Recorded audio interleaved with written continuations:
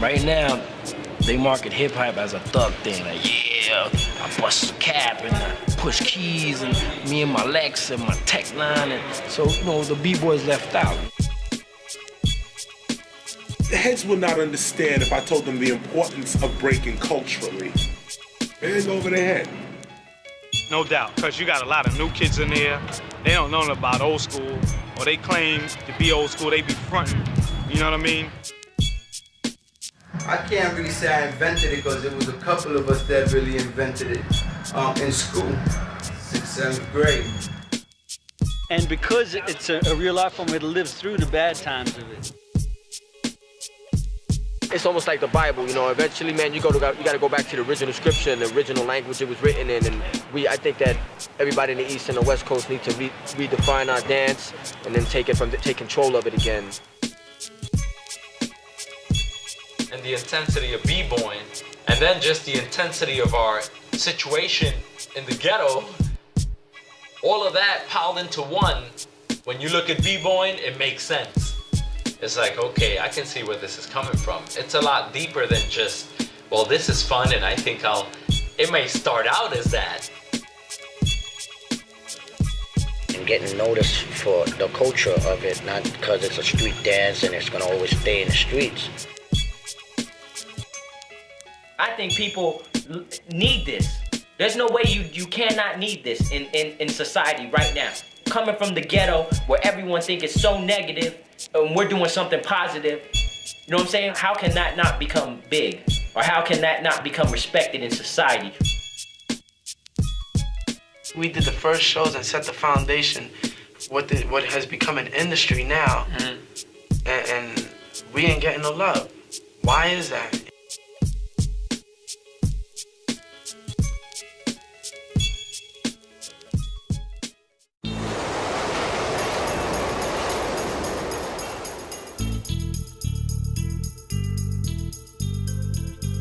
We were known as B-boys.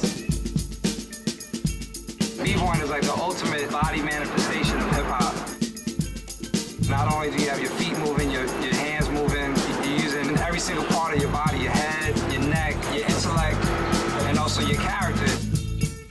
It's like a charge that I get. It's kind of equivalent to the excitement you get from watching a basketball player coming down. He's about to do an incredible move, and you just, it's like you create this tension and you release it. And visually, it's exciting. It's an incredible dance. I mean, who in a million years would have thought, like, wow, spinning on your head, or, you know, doing windmills, having your feet kick up and propel. Who would have thought that a person could spin on one hand? It's not a trend. You cannot say it's a trend anymore. It's a legitimate art form. You can't just do it 2 hours a day and, okay, I'll do it when I go to the gym. We used to eat, piss, shit, drink, think, b-boying. Whenever you heard Sex Machine, Just Begun, Apache, for any real b-boy, they would feel it in their body, and it would just make you dance, even if you didn't feel like dancing. To me, it's about music, and it's about what music does to people. Music is what makes me develop my styles and my moves. The record that comes on makes me feel a certain way, and that's the way I feel when I dance.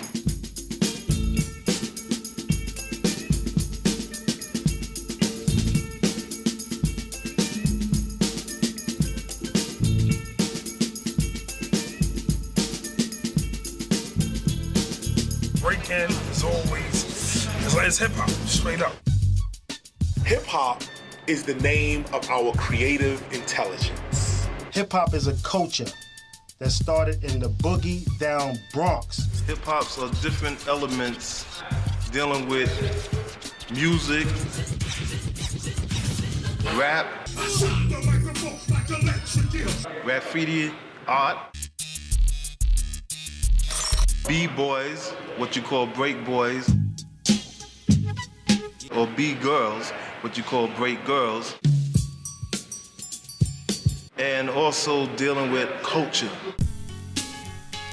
and a whole movement dealing with knowledge, wisdom, and understanding, as well as peace, unity, love, and fun. Hip-hop is beautiful to me because it always challenges America's notion of what they believe young, disenfranchised people to be.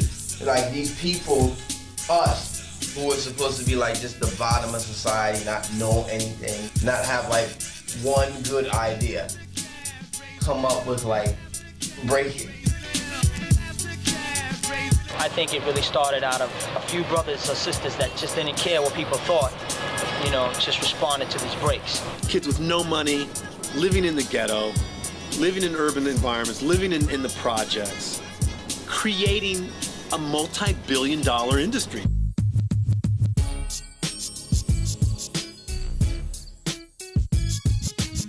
Hip-hop has progressed from when it was just B-boys and B-girls and DJs and rappers to now an international phenomenon. All these other rap artists started coming around and started making money. I'm thinking, wait a minute, what about Kool Herc? He was the one who started this whole thing.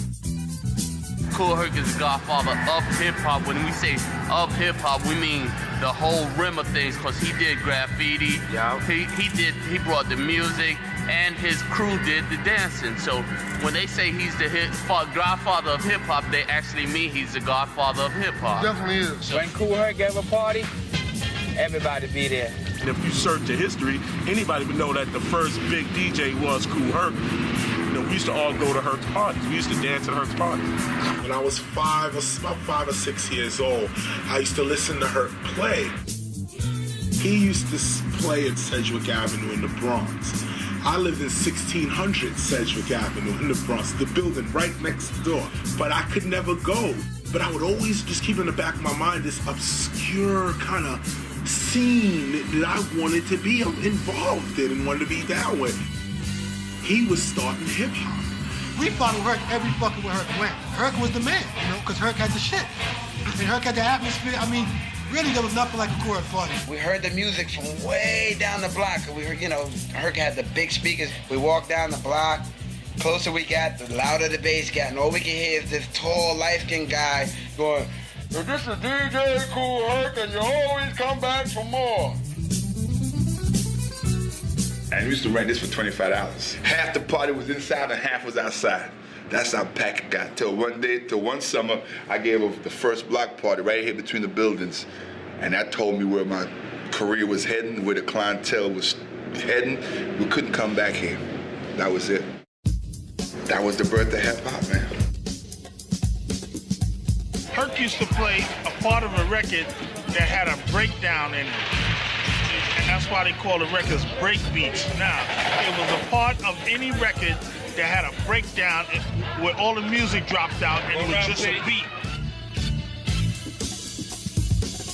And these beats were so hyped and so frantic that when the music dropped out, it was just a beat, everybody would go off. And I noticed people used to just wait for those particular part of the record. And I started buying 2 records. I started prolonging the records, the breaks. For instance, James Brown would come into clap your hands, stomp the feet, clap your hands, stomp the feet. I get another one to extend that part. Clap your hands, clap your hands. We used to always, when we were in a circle, wait for the break of the record. That was it. We would get down to the break of the record. I call that particular part of the music the merry-go-round. Because I'm going to take the merry-go-round back and forth, giving you no slack. The break of the record, beat, break. We are the B-boys. The word B-boy originated from Kool Herc. B-boys really stood for Bronx, or really breaking boys, because, you know, when people would be breaking at the party, you know, starting trouble.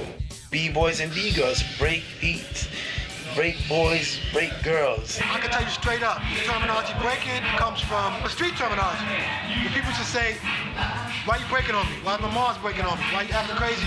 It really just meant doing shit above normal. The DJs used to cut breaks, and the B-boys would break to what? The breaks. So, you know, it's just common sense, man. You know, when somebody get mad, yo, he's breaking, stop breaking, man. And if Kool Herc says it, it's official. B-boy. Boys that break. It didn't come from breaks on the record. It come from this man, he broke. He went to a point, a breaking point. You understand? So we just use that exaggeration of that term to the dancing. The B-boys, break boys. Breaking goes back, as far as I know, talking to founders of the dance, no later than 73. And these are breakers who used to break mainly on top. It was like a whole new movement, like a spontaneous thing that just happened in the party. Certain styles of dances came out that you knew was the new dance and you did it. But with breaking, burning, and going off, other people that liked it would adapt it, and that became like that agenda.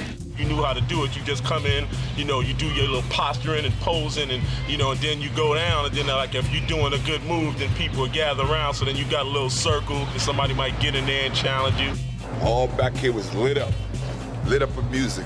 And this is where a lot of them start dancing at. Put a speaker right out here. Everybody having fun. all that crazy stuff. Because you see all this shit come together. Then you got people like the Nigga Twins, all of a sudden they going down to the floor. It was one of the brothers that used to be down with Kool Herc, and he had like a little spin move where he would like do that little spin move. And that was actually the first time I ever seen somebody, go down on the floor. We saw people dancing and we wanted to dance. And it's just that our style of dancing was not like anybody else's. Funny thing was the Nigga Twins used to always have straws in their mouth. The Nigga Twins used to come in with cigars and trench coats. And they used to come in and split the place up and act like Groucho Marx. And they used to walk in with the cigars and then meet up in the middle. When we used to go down on the floor, we didn't get dirty. And we didn't dance on linoleum. We didn't dance on cardboards. We danced on the cement. Them was the real B-boys from back in the days, you know what I'm saying? Original top rock isn't the top rock that they do now. It goes like this. That was the original top rock. It wasn't like this. You know what I mean? And there was an Indian step that looked like this. Our up rock was straight up B-boy up rock, like, yeah, like straight up B-boy. B-boying on the floor didn't come out to like maybe the ending of 74, 75, where people actually started going down and breaking on the floor. I don't know who did it, but eventually somebody went down and stayed down. So from up rocking, I brought it to the floor, That's why I was so good, because from there on, it just kept going. Bruce and them brought it out to the Bronx River. Before you know it, there was Zulu Kings. Word up. It was really a combination of sweeps, CCs, which is the side-to-side movements when you're facing front, and steps like the Russian, which look exactly like a Russian. You cross your arms and you kick front. The steps were a lot more basic, and it looked a lot more. If there's a B-boy out there that I would compare old style to, the real old style is Frosty Freeze. When you see Frosty in like Flashdance and old footage of him, and sometimes he still does it today, when you see his footwork, it doesn't look complete. That looked more like what the original B-boys looked like back in the days. They used to do a style that I hardly see anyone do, which is more like jerky type of, it wasn't like a six-step, this is how it goes. It was a little more sporadic and wild spirit, like boom, whip, freezing, blah, blah, you know what I'm saying? And then with the godfather of hip-hop, myself, Africa Bambaataa, you had what you call the Zulu Kings. I grew up watching more like the Zulu Kings, Beaver. Beaver was like the biggest name in b-boying, period. I mean, you couldn't find nobody better than Beaver until Spy came along and blasted him with Track 2 and the brothers. Everything, all the breaking and stuff like that was considered underground. And so Kool Herc brought everything out into the open. And that was like, say, 74, 75. All the underground stuff, all the in-house, all the hallway dances, and all the house party dances were brought out to the street. And the more they took it to the street, the more nationalities got involved in it. It was no longer an Afro-American thing. The Hispanic took to the dance.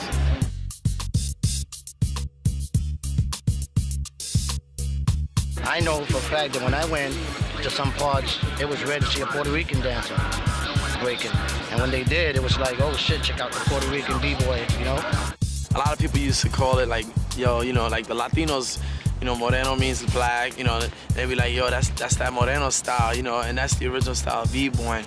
Though black kids invented breaking as we know it, as we understand it. It was the Puerto Rican kids that put breakers on their backs. Batch is one of the first Hispanic breakers ever. Don't forget, I'm 35 years old, right?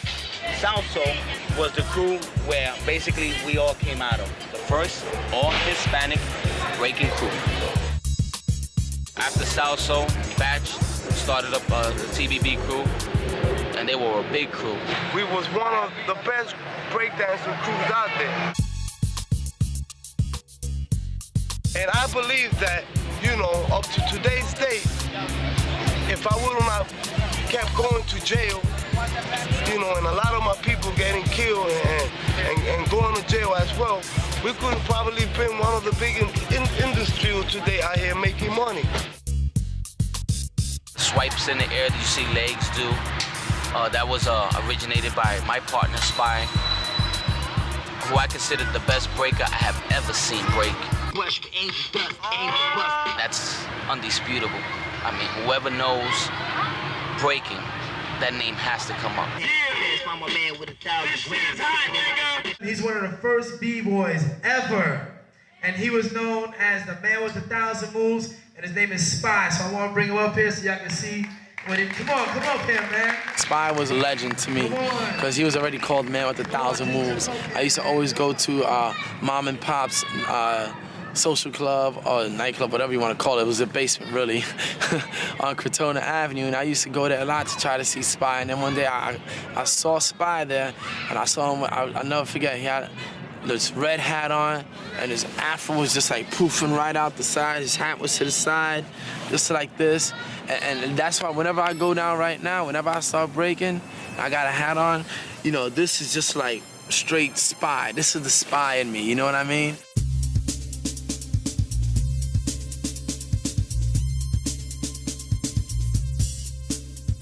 When they would tell me stories about Spy, I would look in the sky and be like, trying to picture myself with it, trying to put myself there, you know, like in the gymnasium, in the church.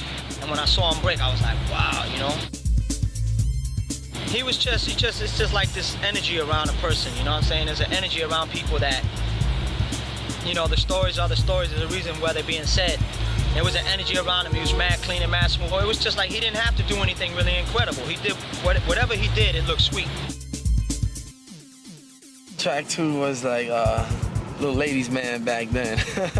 You know, track 2, at one point they said he was the best. JoJo and them used to be off the hook, for real. They used to be like traveling. They was like gypsies in a way, because they used to find out wherever they jamming at, go there, and whoever was dancing over there, they would knock them off, for real. Them boys were just so incredible. They were like stars coming out. These brothers would come out dressed, you know, not like bums like a B-boy was. Usually all bummy dressed. These guys would be dressed nice, and boom, they'd come out and they were like stars. Yo, there goes JoJo, there goes Spy, there goes Jimmy D. There goes Ollie, there's track 2 right there with his big old track nameplate. Those are the brothers that made up the moves. All the moves that you see nowadays come from the root of those people.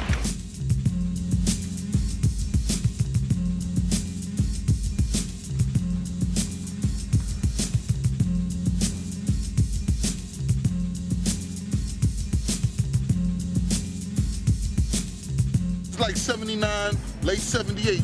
By then, a lot of black brothers wasn't really dancing anymore. The disco scene killed breakdancing. In the disco scene, the DJ couldn't throw in no beats. He had to keep that. He had to keep that. So for him to throw in a patch, he would disrupt the dance floor and he'd get fired. You couldn't really ask a girl to dance and she'd be like, yeah, and then you'd be like, you know what I'm saying? She ain't trying to feel that. When I started doing my shit in 77, by the time 79 came around, I had brothers looking at me like, yo, why you doing that? That's played out. I used to hustle, and I used to practice by myself, because I didn't dare cut in with the girls, thinking that a girl might be, oh, who's you, you know? So I used to just take to the floor, and I took all my aggression. They didn't notice me for my hustling abilities. They were gonna notice me for my breaking abilities. Rocksteady crew started in 77. A lot of its members were like all-star B-boys from the Bronx. The guys that started Jimmy D and JoJo, they hung out on at 115 Park in the Bronx. We came up with the word rock steady. We started thinking because we want to continue dancing. We wanted to keep it at a steady pace. You know, when they started doing it, a lot of people called it rocking, going off. And what they wanted to do, you know, they noticed that a lot of people were stopping around 76, 77. And, you know, they wanted to keep it going on, you know what I'm saying? They wanted to keep the rock steady. And when they started getting too old for it and it started dying down with them, they passed it along to Legs. In '79, I moved to Manhattan. 1979, a lot of b-boys were locked down, doing stick-ups or whatever, murders, or went away to Job Corps, or just got regular jobs. Retirement age for a b-boy back then was like 16, 17 years old. When I moved to Manhattan, I used to always try to come back to the Bronx and go to the jams, do whatever I can to get back on the weekends, stay over on Cortona Avenue. Between the summer of 76 and 77, me and my friends, we had a crew called the Rock City Crew. And then like around 79, the dance started fading out. I still kept on, but the only time I would go down is if I seen somebody else. And then my cousin Ty Fly, he introduced me to Ken Swift and his crew called the Young City Boys. My crew, we were just like mischievous. We used to do things like go and throw, down the alley, there's a precinct right straight there. We used to throw eggs at the police and run. They were like, 3 or 4 years younger than me, so I looked like the big kid of them. But, I told them anytime y'all have any battles coming up, I'll take your side. I got down Rocksteady when I battled Legs, and then a lot of my crew got down Rocksteady. And Mr. Freeze was part of Rocksteady in the Bronx already. The only white boy I knew that was the B-boy was Mr. Freeze. He was the only white boy, the first white boy in the Bronx with juice. He could go in any black Puerto Rican neighborhood and walk through and say, I'm Mr. Freeze, Rocksteady crew. He was like, oh, yo, you're cool, man.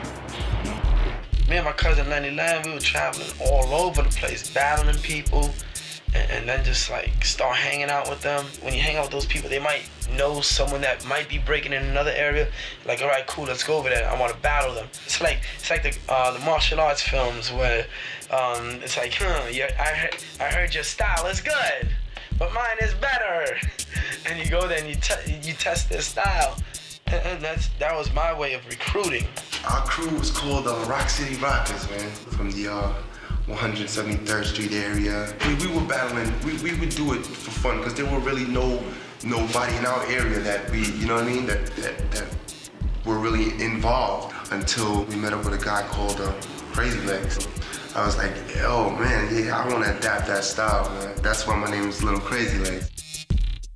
That's basically how I met everyone else that ended up being in Rocksteady.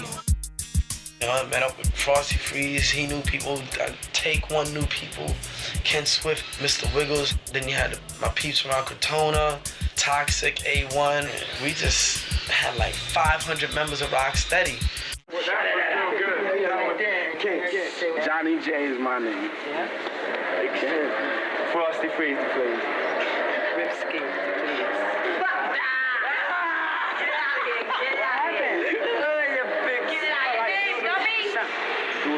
Dualism. Crazy Legs. Lenny. Never go skiing. Ken again. Roski. Mr. Freeze. Top block can't be stopped. One of the first times I met Rocksteady and we did something together, Henry Chalfant, legendary graffiti photographer, documentarian, got together with the Rocksteady crew because so many graffiti artists used to come to Henry's studio to look at his photos of the trains that he began to realize that a lot of these guys were also breakdancers. Hence, they were the Rocksteady crew. Henry knew me, he knew a bunch of other heads, and he said, listen, I wanted to put together like a show. And they projected the slides up of the graffiti while a Rocksteady crew danced, and I rapped, and the DJ was cutting it up. And that was reviewed in the Village Voice. The Village Voice wrote a big article on that. And from then, it seemed like it was on. We started doing that. Henry Chalfant put us on. What we were doing is we were breaking up Rocksteady crew into two groups. It was Rocksteady and Breakmasters for shows.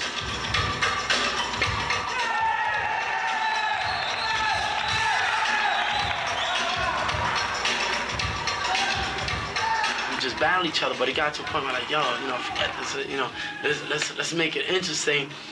And we were hooked up with a show at Lincoln Center. Henry Chalfant again hooked us up with that show. And it was like, yo, let's see, let's battle dynamic in a neutral ground now in Lincoln Center, Manhattan, boom.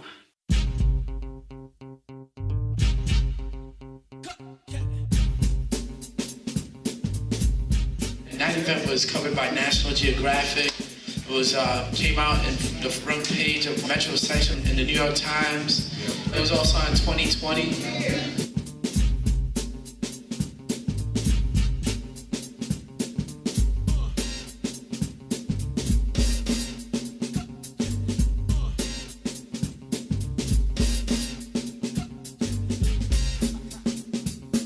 And they showed it on Channel 7, ABC News.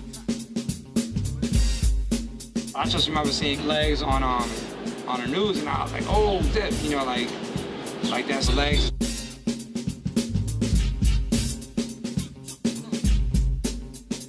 And at the end of the battle, they were like, who won the battle? All you heard was rock steady, like in the middle of Lincoln Center.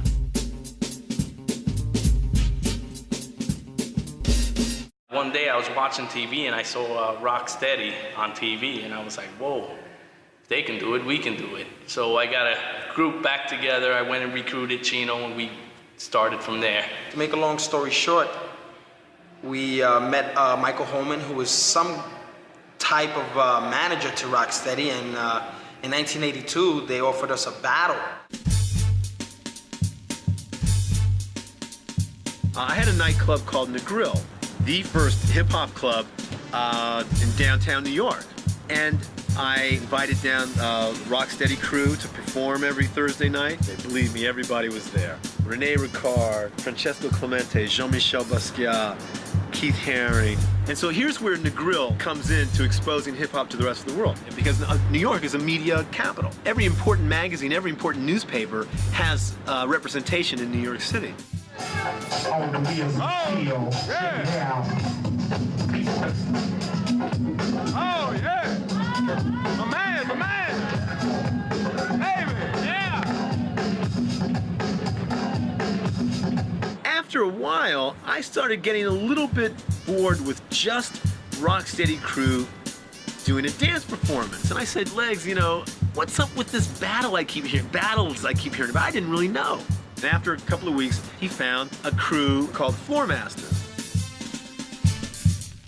Well, actually, they needed a crew to battle so they can look good on film. And they wanted a crew that wasn't as good as them so they could look real good on films. And what they didn't know is that the Floor Masters were real good. You can't get fresher than this. That was fresh. You want a fresh style? Let me show you. You can't get fresher than this. That was fresh.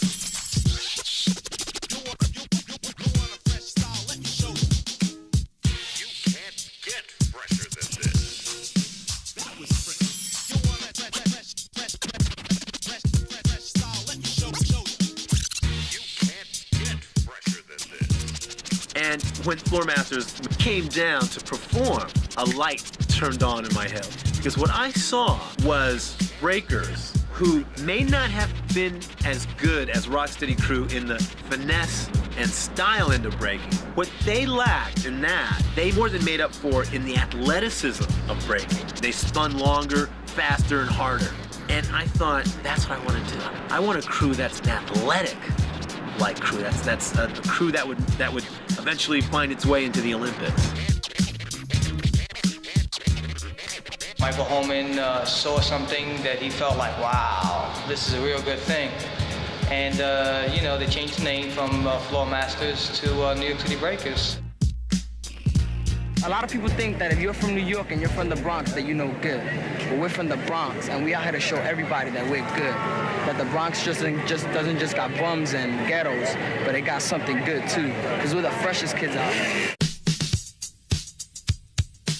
I had embarked with Charlie Ahern to make the first hip-hop movie, Wild Style. My main intent with Wild Style was to show that breakdancing, graffiti, and rap were one. It was connected. Nobody has seen these forms as being a part of each other. I sought to make this film to bring all these forms together in one format so people could see like how they interrelated.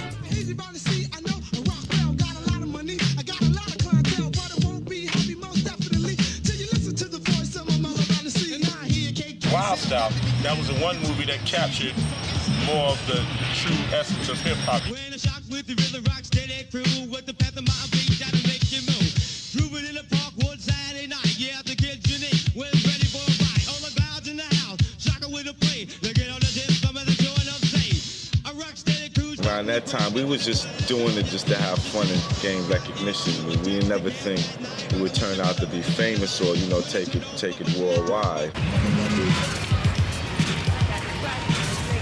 This park right here, we basically named it Rocksteady Park because it was a central meeting place for all the chapters of Rocksteady in the early 80s. We used to come around here and just act up, you know, and we kind of like shared the park with everybody. Everybody knew each other. Yeah, Rocksteady on one side of the park, then you had all the drug dealers on this side, like people selling mescaline, loose joints.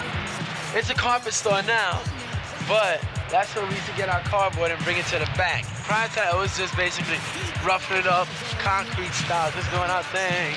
And, you know, scraping bruises, cutting up the bag, getting all the, what we call B-boy burns on the shoulders and things like that. So many things have gone down here. I mean, you've had, like, the Buffalo Gals video was filmed here. Buffalo gals go around the outside, round the outside, round the outside. For Buffalo gals go around the outside and do your partner.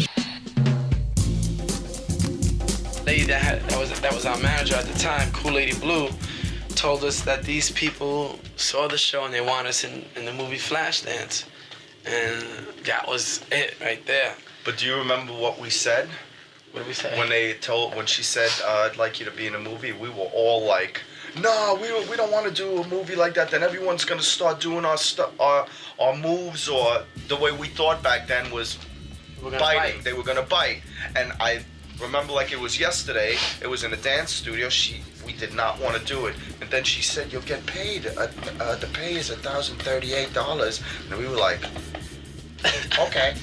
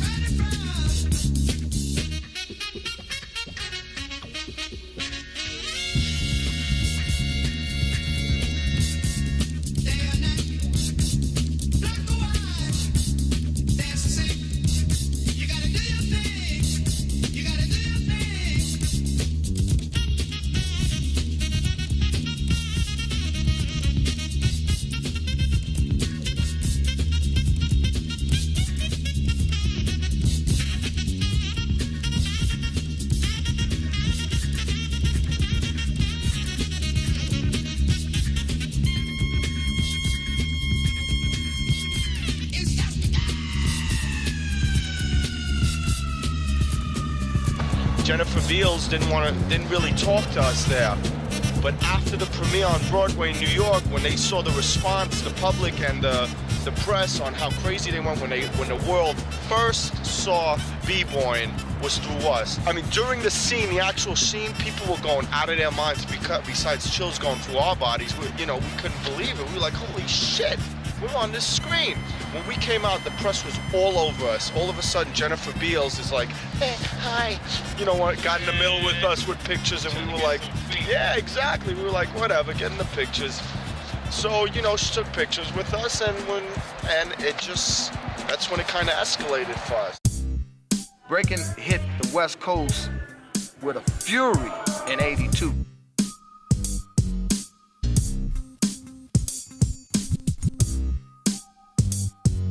When it came out here, it originated really from Flashdance.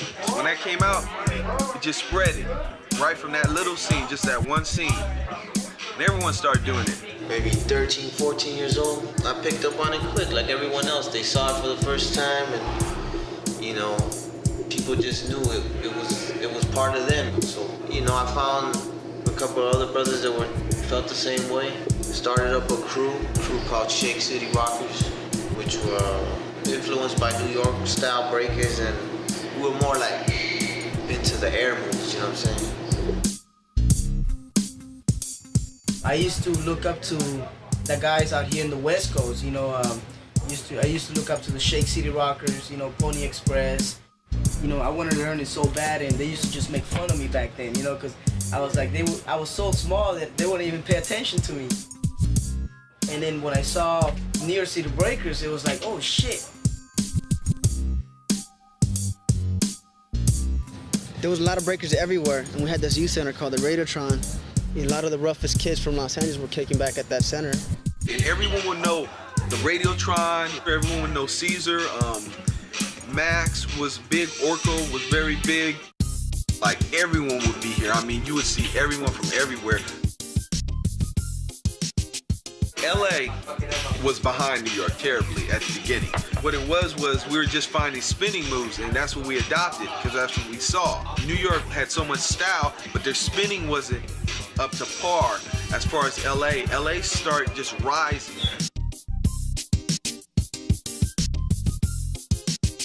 I mean, I'm proud to say I'm from the West Coast. We're proud of our West Coast roots. You know, we're proud of popping and locking. Los Angeles was a real hotbed for new dance and new hot things going on.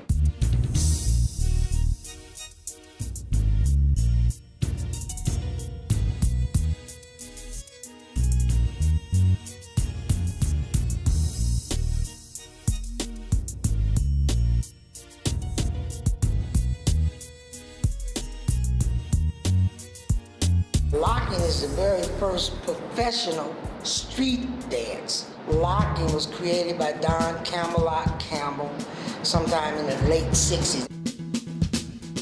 He was trying to learn how to do the funky chicken. He was like a real wallflower, right? He couldn't do it. And he stumbled onto this style of locking. I didn't meet Don until 69. I snuck away from my all-night prayer meeting. Went to this club called Mavericks Flats. And I looked, saw across the dance floor, this guy doing something that was just awesome. I've never seen anything like this in my life. What is this? Locking comes from that's locking.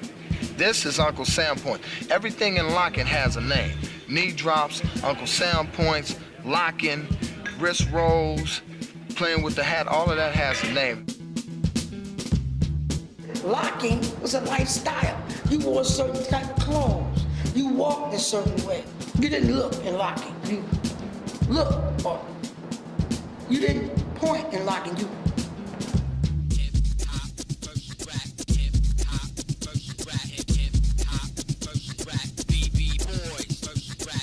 I'll start off locking. I was watching Rerun, Michael Jackson when he was doing the robot, Jackson 5. I was watching Jeffrey Daniels, Papa Lone Kid on Soul Train, and I started trying it. You know what I'm saying? I just started jumping off chairs, trying to do the dive. The popping movement was a combination of locking and the robot. Breaking came from the East, but popping came from South Central to West. Talking to Pete, who was the first one to start hitting or popping, the actual pop part of it was Fresno, California. Popping is really, really minute. It's like this. Bam. See, that's.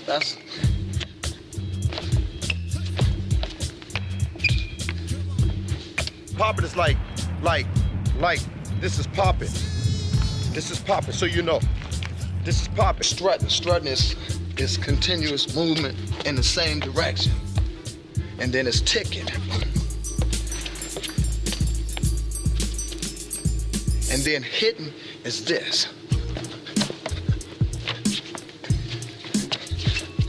When I hit, it reminds me of like a gangster perspective from where I come from. So when I'm hitting like I'm getting ready to fire on you. You know what I'm saying? My hits come from the hood, you know? It didn't come from me, it came from the hood because I had that gangster vibe, you know? Real niggas wanted to see real niggas hit.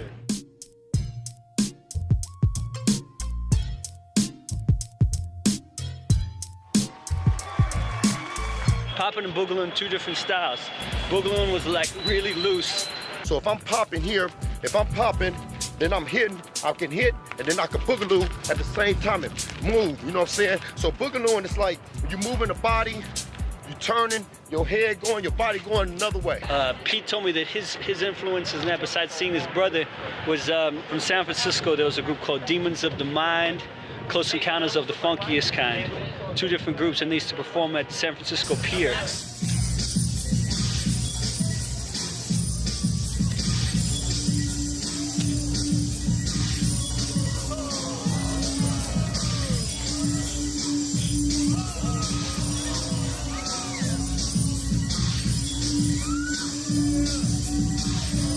We didn't realize till later on that, yes, we were a part of the whole hip-hop culture. The cultures blended a long time ago.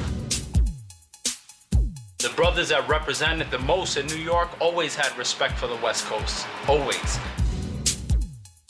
We were obviously inspired by the styles from over there. I mean, we were really far apart, man. And to have both of these dancers come from two distant places like that, and then come together, man, that was like, man, incredible.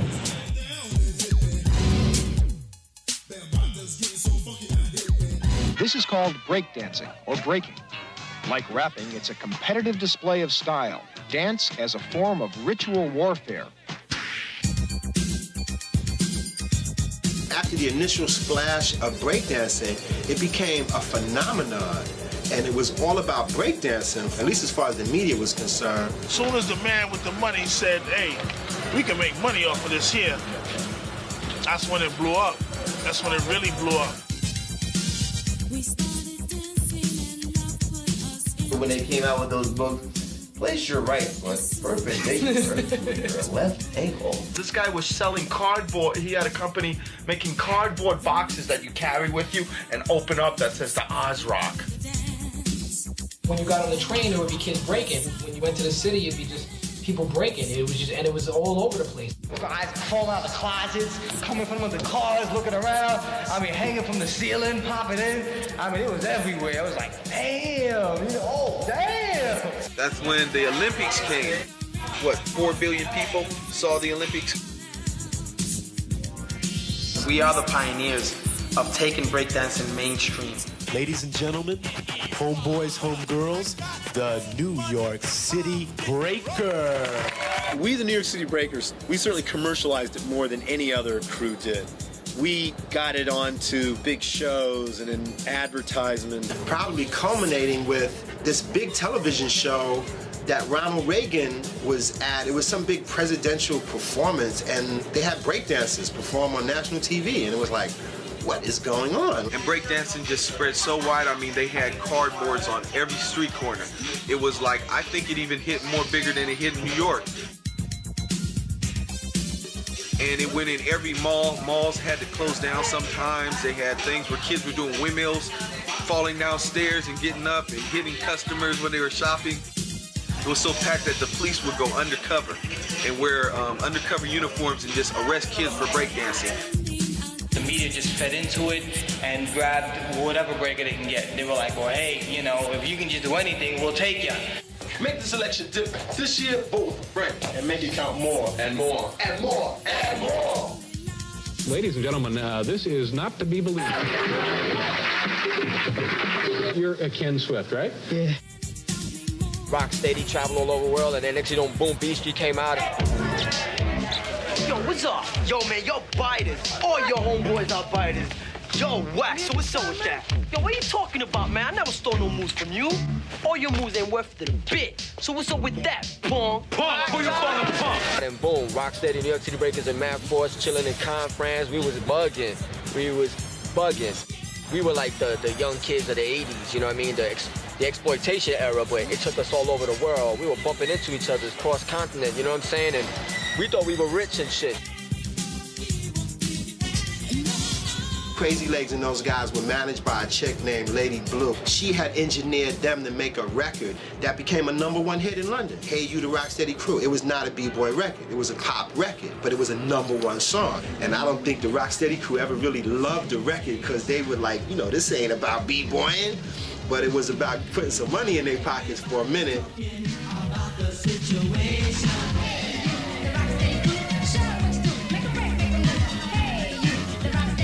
I started breakdancing with my friend Donovan and Mike, and we actually had a lot of those black people and Samoans, and we used to all come to my house, and my mom would wake up in the morning, there'd be like a gang of Samoans from like Carson City, hardcore, and she'd be like, what the fuck is going on here? I'm like, Mom, teach me how to spin on my head. A lot of people, unfortunately, took it as a fad, you know?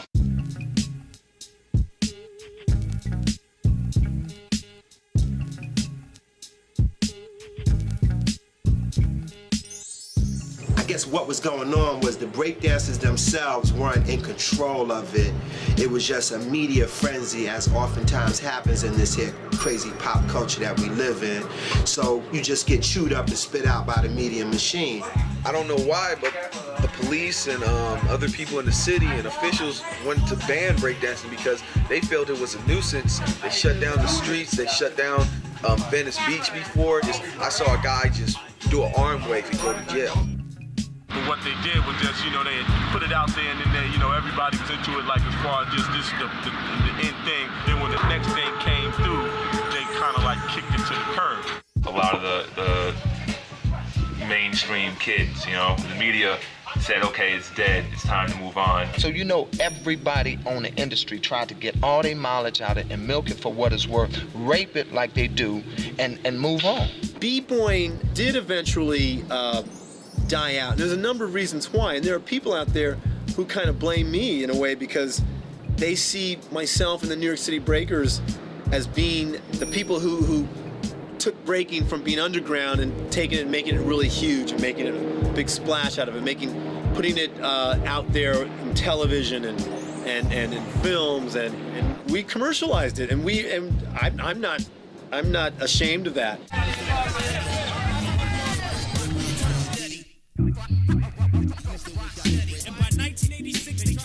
Here we were, 1 minute we were in the limelight. Everything was straight. Traveling all around the world, walk up to a club, hey, come on in, club. You help build as far as reputation, and next thing you know, it's like, go to the back of the line, boom. How do you really nurture someone for this industry? And prepare them for what can happen, especially someone coming from the ghetto, and all you see is like money. From that to having loot in your pocket, renting OJs out, getting all your boys high, and having honeys, and to next thing, just like having the rug pulled under you. I went through the ill identity crisis.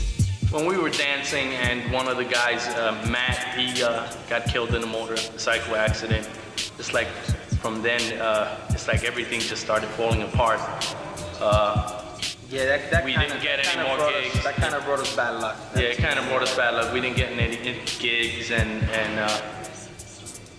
we just kind of lost it from there. We stopped dancing. Toward the end of '84, like, a lot of crews broke up, including Rocksteadies and New York City Breakers and Dynamics. And I think it should have never went above ground. I don't think it was made for commercialism. I think it was designed by God to spread love between the communities. There's a lot of kids that have so much energy, creative energy, you don't know what to do with it. We were doing wild things, man, but the longer I was on the cardboard, it just kept me occupied. You were too tired to fight because you've been popping and breaking all night. You were too busy learning how to windmill than to rob and steal. Because the idle hand is a devil's workshop. So if you had so much to do, you ain't never had time to go out and do the wrong. Imagine somebody took me and showed me how to wear a bandana, a rag or something to claim a color. I would have put the same energy into gangbanging as I did in the b-boying. Our aggression was breakdancing, was b-boying towards another crew. Because before that came, there was gangs. NWA, they came out with their versions of rap, and what they did was it actually influenced gangsterism. I seen the change from rap being rockin' parties to rap being gangster. I was there when it changed. I was there and I even became a part of it, trying to be a gangster, started getting tatted, started getting braids, cornrows, started sagging.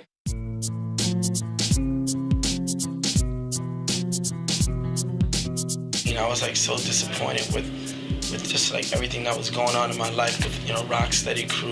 I just started going back to school. I got a job, also going to college for a minute. And I started hanging out with some old school friends, Buck Four, and it was my best friend. And unfortunately, they weren't into the greatest scene in the world. I was here for blow, smoking weed. I used to sell guns. I held over $1 million for a friend of mine in my crib for about 2 years. Cash. And I was involved with certain things that led to some of my closest friends getting killed. You look right now at like Randy, he was from the I think he was from the LA Breakers, Kid Tough. They're all in jail, and it's like even Float, one of the best breakers ever in New York City, which is in jail for murder right now. But before I got involved with hustling, doing this thing, along with that game comes a lot of, ridiculous beef. Sometimes there's beef, and then one person gets murdered, another person on the other side gets murdered, and eventually it got to a point where they found out where Buck lived. They caught him in his garage, and they basically kind of like tortured him and murdered him execution style. We'd like to have a moment of silence for them. So everyone, if you could be quiet for a few moments, just to honor those brothers that have passed away. Look in the street and see muggings, killings, and you say to yourself, hey, I'm doing something for this world, I'm entertaining people. That's good, that makes me feel good.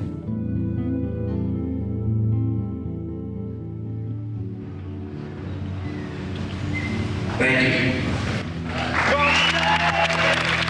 Now, there are a lot of people from the old school that aren't here right now. My first moment of silence goes out to Kid Tough from the Dominoes. Kid Tough got to the point to where he was one of the best on the West Coast. I mean, one of the best. He got caught up. He ended up doing time. He got back out. He was going to start breaking. I talked to him 2 days right before it happened, and he was killed. They took breaking away from us. Gang banging and dope dealing came in. I know everybody from here know what that means.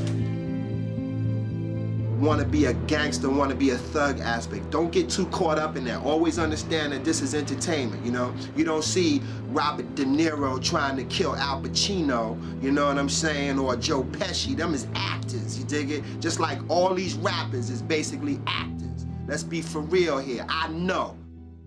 I lay low and let the day go, but slow my payroll. Ayo, I'ma terrorize tours, slay shows, ride safe flows, go as far as the Barbados. On the turntable, sound like tornadoes. My topics perform like tropical storms. Yo, not to get on the whole spot to get torn. I keep the Metropolitan hollering and bring the dollars in. Keep the models following, wise as King Solomon. Come slow through the jungle like an animal. Invade any land, I go like General Hannibal. From Long Island to Queens, light up the New York scenes, all the way to New Orleans, everything in between. Left to go, blessed to show in Mexico. Next thing I know, extra core, I see Eskimos. Time to rock, get it hot. Soon as I get in there, spit in their ear, flow stay froze when I disappear. You can go up to a businessman and say, in '85, you ever heard of breakdancing? Yeah. You ever heard of rapping? You mean rapping a gift? All of a sudden, just died out. Rapping took over and shit. The dancing was really what catapulted rap music into like the media's eye. And it was really the media grabbing these b-boys and saying, hey, let's take these kids on tour, let's do shows, and hey, we want to bring these rap artists. Rap had product. It had something that it could sell. It had music, it had CDs, it had records, and it's something that one could take home. You can't take a breaker home with you. It lasted for a minute where you used to have dances for your stage show, but then after a while, it became more pop. So a lot of that phased out. I think the MCs and the rappers out there have not really recognized what how b-boying opened doors for them. When they say, yeah, I do hip-hop, it's like, but they're really trying to say, is I rap? The thing that Run DMC represents is the thing that's going to not let people forget, us and KRS-One, of course, not forget about that time or that era where the whole culture of hip-hop was the music of hip-hop, which is rap, the dance of hip-hop, which was breaking, and the art of hip-hop, which was graffiti. Those things all were like 3 in 1, hand in hand. Once rap became a money-dominated entity, those things fell off. Breakdancer really didn't play out per se. It's just that, motherfuckers over here is just too much of a bitch to understand what real hip-hop culture is. The music. I tell a lot of b-boys, especially a lot of upcoming b-boys, They just see a circle when they just want to get down and just exploit their move. But I always tell them, listen to a certain beat, because that's important that when you go down, what you go down to. I have videotapes of guys in Germany dancing to fucking Donna Summer's Bad Girls and Brooklyn rock into it. How do you Brooklyn rock to that? Many of my b-boys around here, we always go down to the break beats. Like Apache was one of our favorite records around here.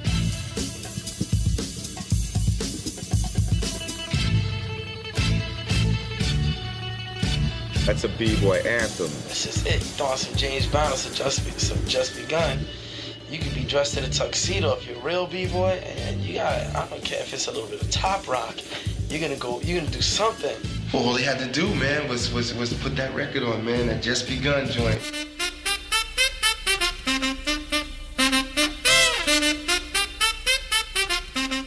And that's when it was on, man. We got busy, man. R&B funk is the music that we dance to. If it was funky, we dance. Although we could dance to a waltz, okay? Planet Rock. That was the popping song. Yeah. It wasn't exactly the breaking song, was it? Because it didn't have that beat.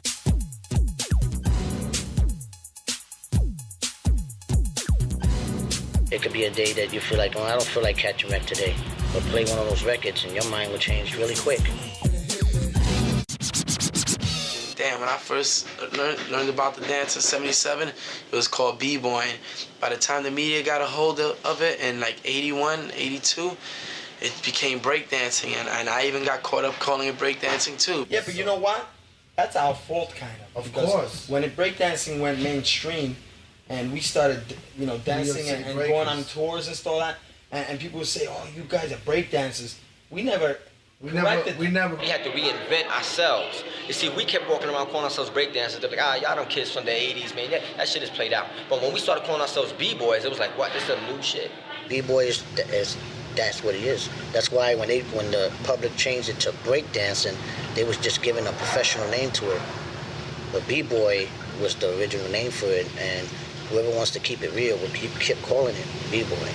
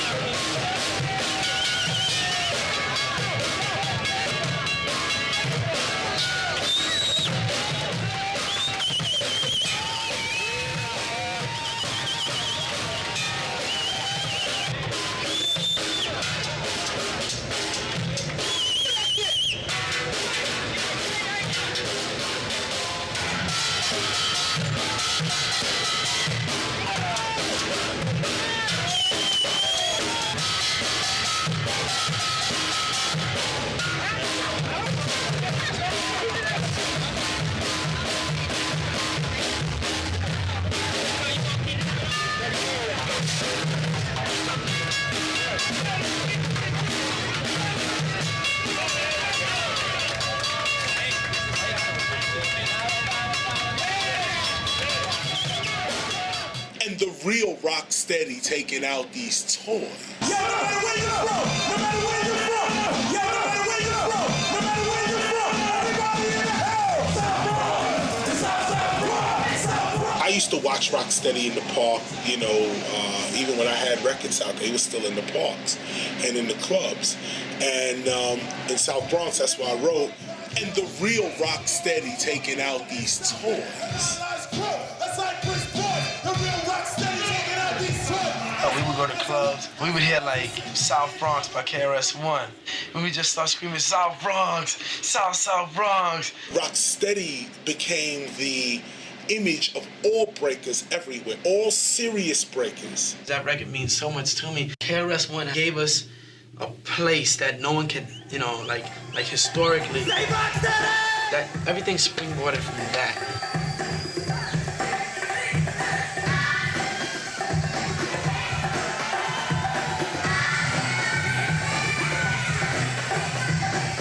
that got us more in tune, in touch with the hip-hop audience again. Mr. Wiggles in the house, baby in the house, baby in the house, Mr. Wiggles in the house. B-boy is dope. The original hip-hop is dope. Just when you think like, you know, the dance is just fading away, kids somewhere else picks up on it. Every generation has its creativity and its energy to bring to the table. It's all good. You talk to some of them OGs who first started dancing back in the day, and you show them clips of what's going on now, they'll be like, man, I never thought it would have went to that.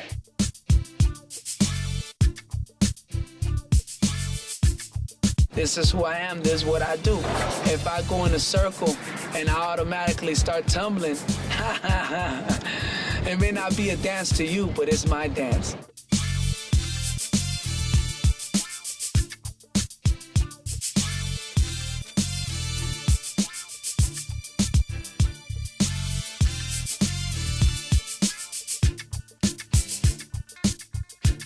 Now, brothers got rockets up their asses, man. These kids are doing some incredible shit.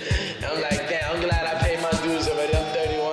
Let these kids battle now. So I look at them now, and they doing a lot of beautiful things, you know, a lot of creativity, and I'll be like, oh my God, yo, you nice. Like, you see them spinning in their hand like this. Like, oh God, yo. Now these guys are like spinning up in the air, masturbating, and like, you know, catching their semen in their air, and then like going back down. Radiotron, it's like the dopest shit around. You can like walk home. Neighborhood. The Radiotron, Caesar just went haywire with it. He just blew up. I mean, he went all out because, you know, he's always was a strong B-boy, man. So he went out there, he said he was going to put it together.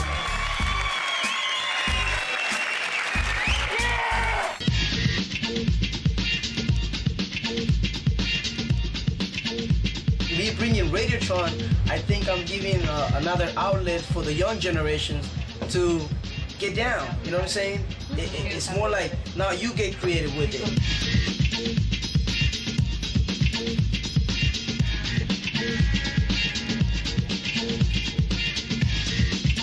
We the OGs were the ones who came out with a lot of the moves. I think that now it's our job as OGs to like maintain the movement how it really was back in the days and let the new generation take it to another level.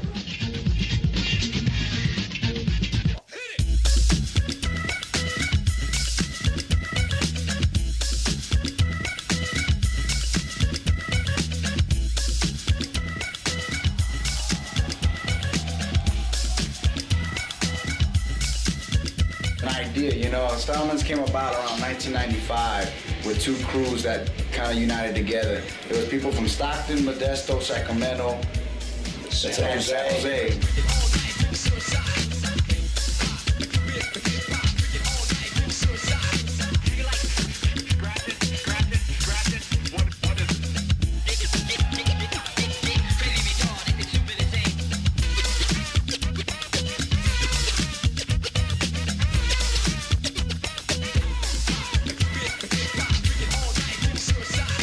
We know the background to this dance. I mean, I go and do research with the originals. I've been on tour with a lot of the originals from New York, you know what I'm saying, from the Bronx, where, you know, Wiggles, Ken Swift, you know what I'm saying, Fable.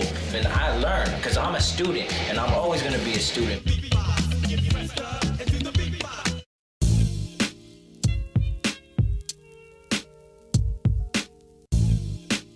It's been going on since 1991, Rocksteady anniversary. Buck 4 had passed away, right? Buck 4 was my best friend, so I wanted to keep his name alive, as well as Rashawn, Little Agar, Shy 147, all the members of Rocksteady that had passed away. When we had our first Rocksteady anniversary, you know, in the park, our first official outdoor, that really got me back into it. You know, when I met people like Easy Rock, Gremlin, and the Japanese guys, you know, that really just got me hyped. Once again, we're on another mission from here to the end, New York City. We're on the subway right now. I feel like I'm in Beach Street.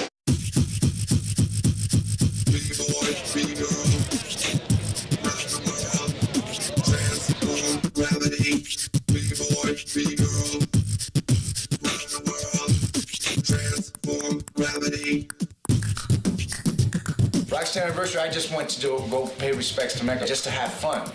And then when I sat and listened to what they were saying, I understand more about myself, actually listening to what they were saying, why I had my mentality the way I did, why my drive inside was the way it was, what brought me to New York.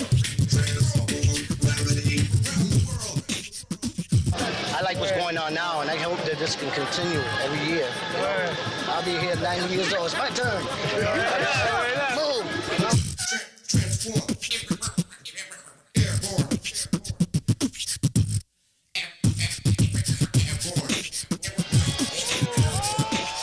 Battling. Hip-hop wouldn't be where it was today if it wasn't for battling.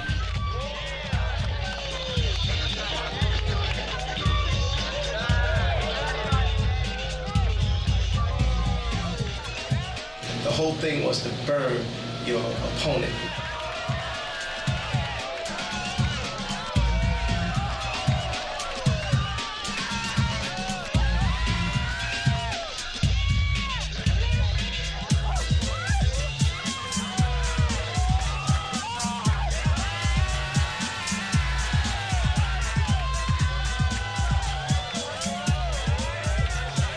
If you won the battle, the guy had to respect you.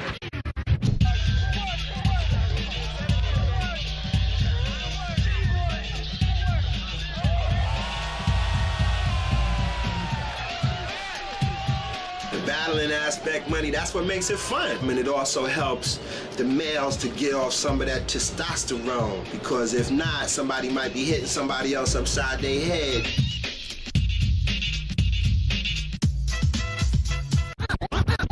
If a person cannot handle themselves in a battle, they don't deserve to call themselves a b-boy.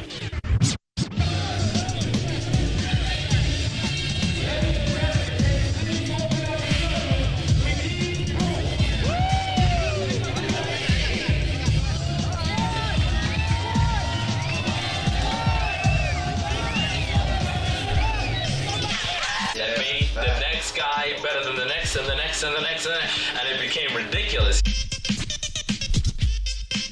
So that's how the dancing got amazing.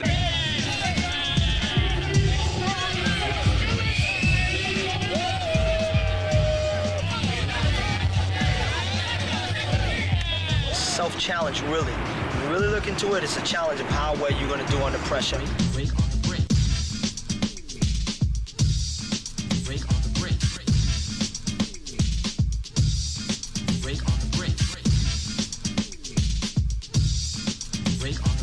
It was the competitive spirit of this whole culture that made it excel.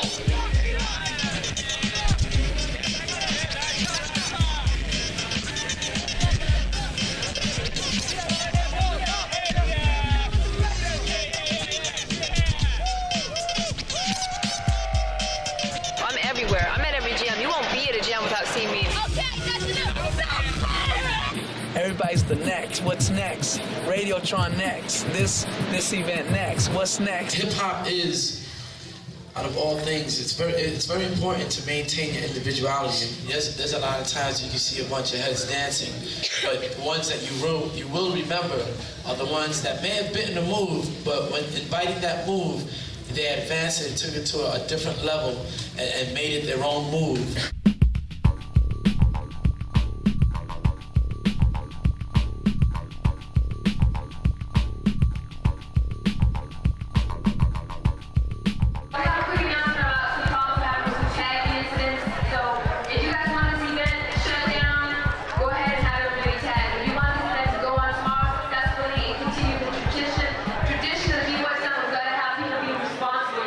Which means don't tag on the venue.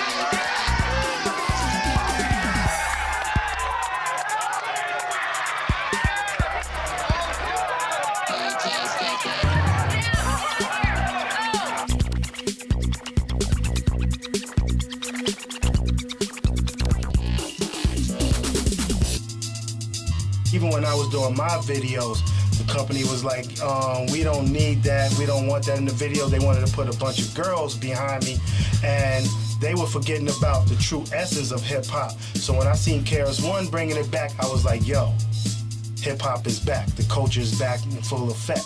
So what do? I say, okay, you know what? I'm not gonna say fuck y'all. Let me give you Puffy. Let me give you the girls singing in the chorus. Let me give you all this shit, because that's what y'all want. Then when I flash the video, let me show you these breakers. Let me show you this graph real quick. Boom. And when you show it, they go, oh shit. Oh, that shit is hot. Oh, that shit is hot. Then they go, how successful is it?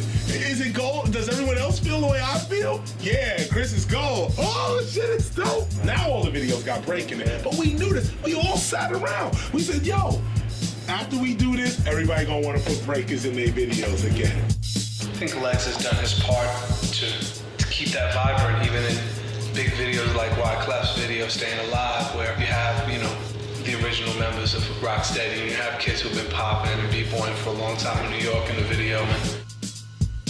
I incorporate b-boy as far as like the music and shit. Anything that's b-boy that makes you just wear the hat, the old school book bags on the back of your back, you know what I'm saying, sagging your shit, that's b-boy all the way down from the breaking on the popping and locking. B-boying didn't disappear, it's bigger than it ever was. It's just that they're underground. It's kids doing this now, a whole new generation of kids that they ain't even supposed to be into this, and overseas too. Yo, it's me, Speicher, and I'm having a lot of fun here at the Rocksteady anniversary.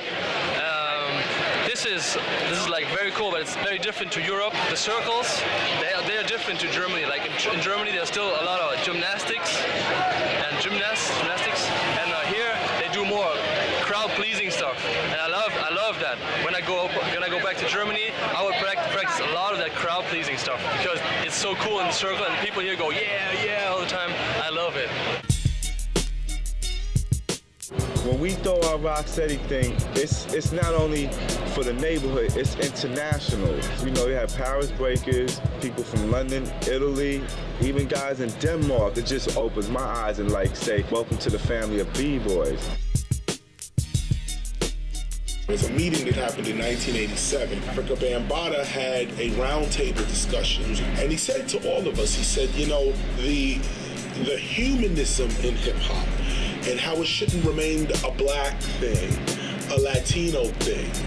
This was Bam. He caught a lot of flack for saying that, and Bam was always, from day one, Zulu Nation was always about, come on, everybody come on in this, and it's not about race or color, it's about skill and ideology. Thus came the idea of starting a Zulu Nation that would start out first in the black and Latino community, but then become a worldwide community with many different nationalities, religions, and many truths.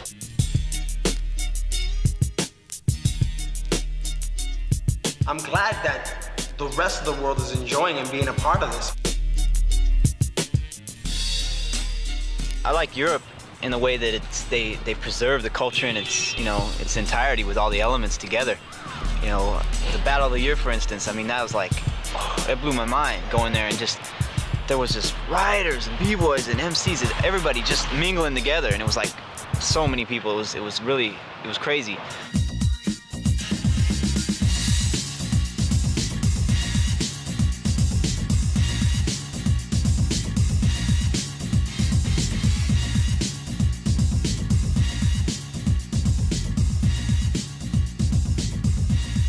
I met so many people. I met people from Japan, didn't know English, respected them because I danced.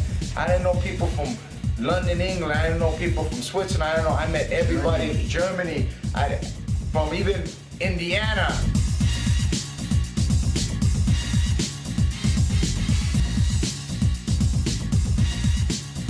Y'all travel, you know what I'm saying? Cats is, yo, they breaking in the streets. They got the linoleum, you know, just like it was Wild Style.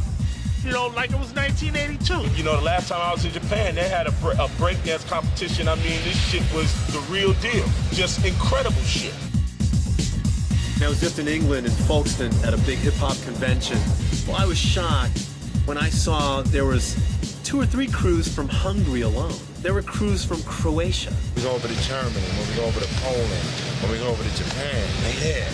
You know what I'm saying? During our show, they breakdancing and they doing it. You know, I meet people over there in Europe that say, yo, I'm flying in on September for the Rocksteady reunion. There's 100 times more, 100 times more. If there were 3,000 kids b-boying back in the early 80s, there are 300,000 kids doing it now.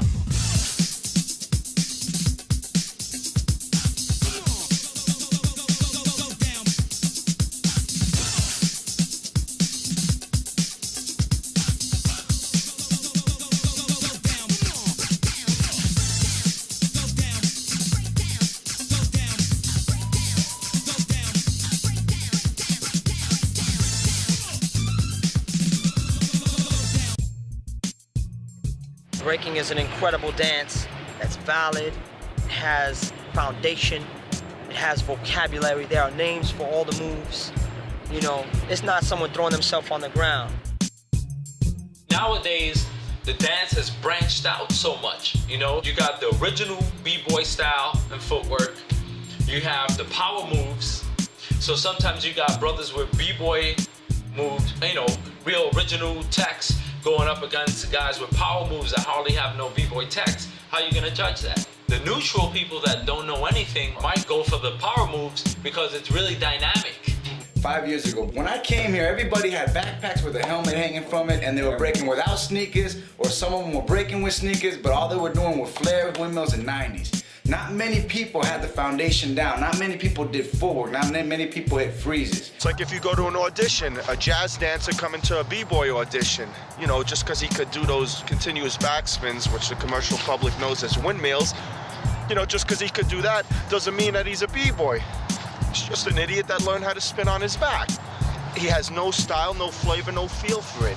There is a beat and there is a rhythm to this music. It isn't about how dynamic your move is, but it's about like the feeling that you can express with the dance. The dance is about expression, and a lot of people have seemed to have forgotten that. All the spinning is dope. I ain't knocking it, it's dope. But you need the style and the finesse. And when they b-boy back in the days, it was with a, you know, it was. You could see it in their bones and their face. You could see it in their body. You got to get that charisma back in there. Now, as a b-boy that's still trying to be competitive, I think b-boying represents you trying to dig deep to find something that you haven't seen done, which is very hard. I mean, it's no difference from like Ken Swift or like Baryshnikov. You know, some things that I've seen a lot of these breakers do is just like, that is nuts. True dancers, whether you're from tap or ballet or modern or jazz, they look at it as an art form already. I mean, they see it and they're like, wow, I mean, that's incredible. I don't know one class nationwide in America that's not teaching street dance. At every formal dance studio, you read the list and I have street dance in there. I'm creating this brand new dance academy, the Debbie Allen Dance Academy. And I actually had a young man here teaching breakdancing, specifically that, because it is unique unto itself. It is a technique like ballet, like African, like hip hop.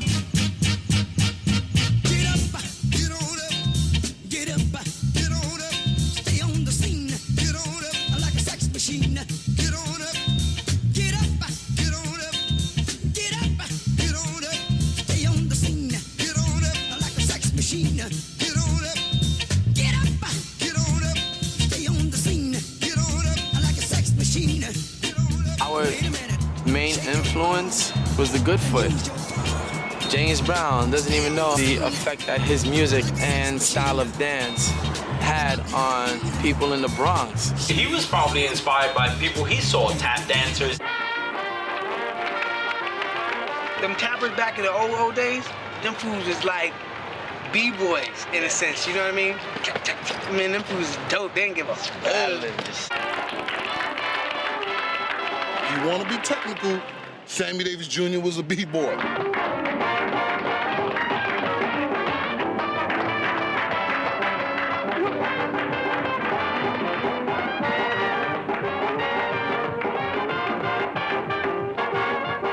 favorites, no question, other than James Brown's, was they were brothers, the Nicholas brothers.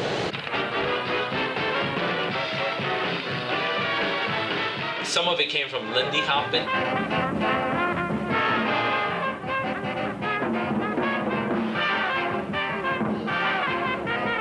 Then if you look at Frosty with the backflips, you can see all the Kung Fu influence. Ken Swift told me that the Muggsy, I asked him where'd he get it from, and he said Bruce Lee. Curly from the Harlem Globetrotters. Put his one hand on the floor, and he used to run around bouncing the basketball. I was into gymnastics. I used all my creativity and tried to focus it into the dance. Moves that were invented years before that we never saw, like the capoeira moves, somehow ended up in breaking. Capoeira is the art form of fight dance. Breakdance is fight dance, is what it really is. We've never seen capoeira, just like they never saw us dance. It definitely didn't come from another country. It was made up in the Bronx. Don't nobody really know. It's some old human thing.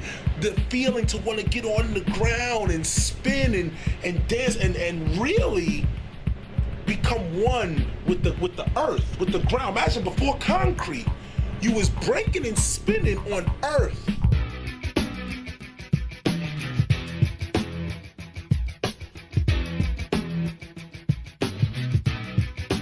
I'd like to see more of the top MCs out there in the world coming together with the top graph writers, the top B-boys, and the top DJs like it used to be. Use graffiti writers to do their album covers, not these computer graph artists that don't know jack about graph. Use real B-boys as their dancers and don't put them in the background, put them in the front. I think the B-boys need to take it in their own hands. And need to bum rush hip-hop. You know what I'm saying? Need to be like, you ain't rapping if you don't have B-boys. Don't talk about hip-hop and then you got booty dancers behind you. What's that? Where's your hip-hop at? I don't really want it to blow up on the mainstream. I don't want to be having people, in suits coming over here telling us, okay, now you need to have form. If you can freeze and point your toe, it look just a little bit better.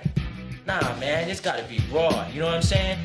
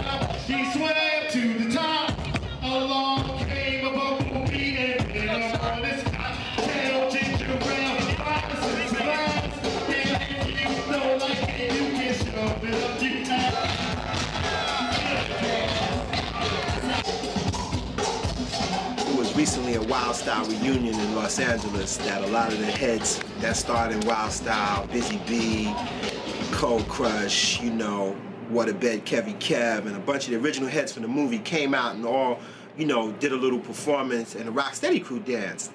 And when the Rocksteady crew went into the audience, it was surrounded by a lot of West Coast breakdancers, black, white, Latino kids from Los Angeles. And they started dropping down to the floor and doing their thing, and it was so incredible. I felt exactly the same way I did when I first saw breakdance. The Rocksteady crew now, they have organized themselves, they have their politics correct, they have their business in effect, and they know how to articulate, direct, and control this form, which is what has brought it back to the form that it is now. Is what has made this form translate to so many different cultures and people. If you make a hip-hop Hall of Fame, Rocksteady would have to be up in there. I'd definitely get him that honor if I could do it myself. I think that we need to let people know what's up, man. I don't want people to take these dances into the next millennium, some different whole vibe and feel and origins. I think that it's important to teach the people about where these dances came from and how people felt, so they can take it on to the next level with the respect for the blood, sweat, and years that a lot of breakers have put into to develop this whole foundation for these people to live off of now. All the b-boys all over the world, keep doing what you're doing because we're the past, you're the future, and we put it all together, it's the present. The cycle has begun. Styles always start once, they go out of style, and then all of a sudden, people get back to the root of things. Rocksteady's gonna keep going strong. I think I'm gonna be in the wheelchair saying, yes, I'm Rocksteady. Yeah, Crazy Legs, come on, let's get busy. We want to thank y'all for coming out for the Rocksteady Crew 23rd anniversary. If y'all want to go out there and fuck around with your little uprock stuff right now, we want y'all to do it out there with us. Ready? Oh.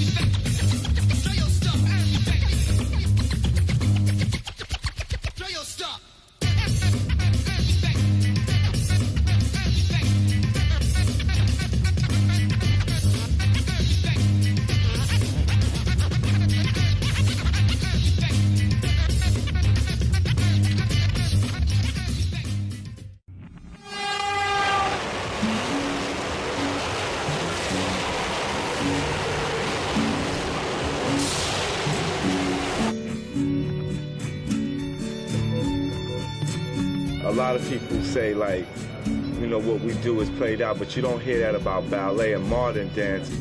If that was the case, we wouldn't still be doing this. Nobody would still be doing it. If it's recognized by the president and the National Grants Institution for Dance or whatever, they cannot recognize it for the rest of eternity. And as long as kids are still battling and still dancing, to me, that's what's important. We have to eliminate all of these labels and titles and stuff and just see it for what it is, man. We're all creating art in the ghettos, you know what I'm saying?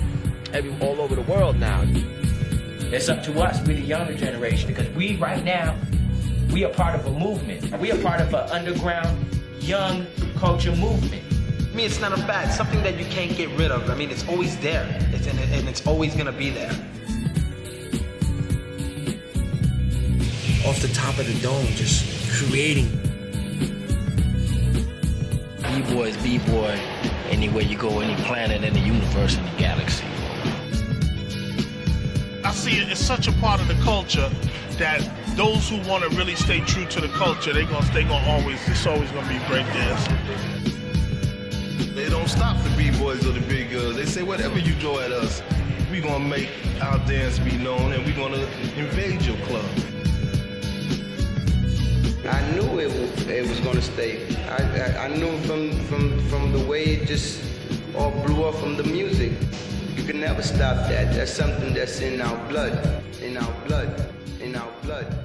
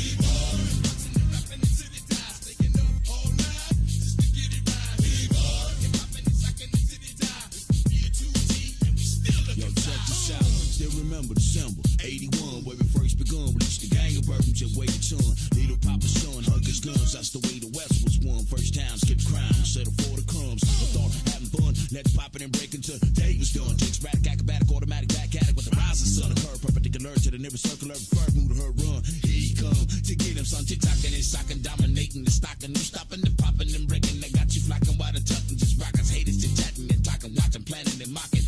People jocking, and the people are talking, still in the pocket, pop, blocking the market, locking the situation down from the underground. Just got clown, smile, smirk, frown, turn the other way around. I suggest you walk away slow with your face down.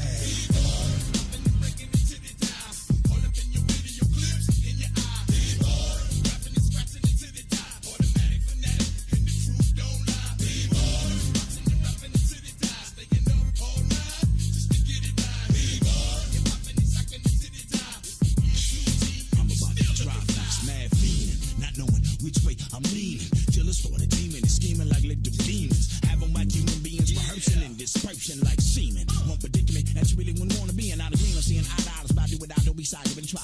I get high, can afford the best buy. Pay your time to the battle cry. Can't lie, as I stated, made a more signs of real life. You got to be wild to survive, cause life was getting a piece of the pie. It's right when you're living a lie. Your eye just can't see, cause poverty and tragedy is blind in reality. Was decent fatality, eventually for those who were trying to achieve inspiration from the G.O.D. through my man VT for the poppin' MC, Mr. Reed. Split your duality, residing, riding line with the UBC. Past the year 5G.